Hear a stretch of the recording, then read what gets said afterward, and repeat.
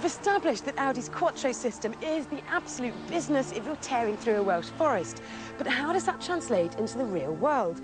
Now, assuming you don't live on a Snowdonian hillside, is four-wheel drive really worth having on your road car?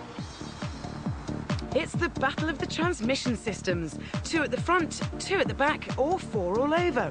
We've got a rear-wheel drive BMW 3 Series, our Audi A4 Quattro, and a front-wheel drive Alfa 156. And we've got a couple of real-world experiments lined up to test them where it really counts. Now, when you're just pootling around town, it's difficult to tell which wheels the engine is driving.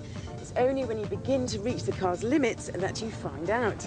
This Alfa Romeo is front-wheel drive. Take it to a greasy roundabout like this one, and it seems that things remain steady at about 20 miles an hour. But increase your speed and, loads of understeer, and the car just washes out. No front-end grip whatsoever. This 328 is a completely different proposition. It's rear-wheel drive, so all the power is going to the back tyres, which leaves the front ones absolutely free just to steer.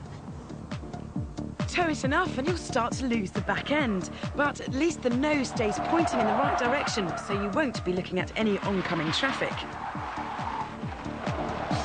And if you've got the option of traction control, it'll automatically reduce the juice and tame the turn. My foot is absolutely flat on the floor and it simply refuses to misbehave. Which is exactly what you'd expect the Audi to do with its Quattro four-wheel drive system. So let's put some more gas on and, there we go, the nose just washes away with understeer, but not quite to the same extent as a front-wheel drive car. So, test number 2. Imagine you're cruising along a country road at 50 miles an hour, singing along to your toppest tune. Now imagine there's been a mass breakout at the local zoo. A penguin, good grief!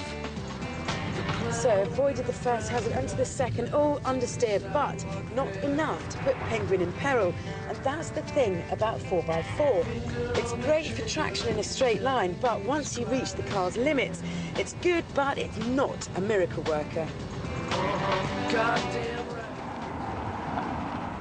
Now, one of the big misconceptions about rear-wheel drive cars is that when you come across an unexpected hazard, things can get a bit messy. Well, that's not quite the case. OK, you will get some oversteer, but if you keep powering through, because the front wheels are still pointing the direction that you want to go and the power is pushing you forwards from behind, you can propel yourself neatly out the other end. And no prizes for guessing that a front-wheel drive's tendency to understeer makes this the least tractable of our 3. Oh, dog. Oh, understeer, and I killed the penguin. But this isn't a criticism of Alfas. It's just that most front-wheel drive cars do tend to understeer more than others in emergency situations. Unless, of course, you yank the handbrake. So, the bottom line, is four-wheel drive worth all the fuss? Well, it does offer more grip than a front-wheel drive car, but for my money, I'd take the rear-wheel drive BMW with its excellent traction control system that really inspires the most confidence.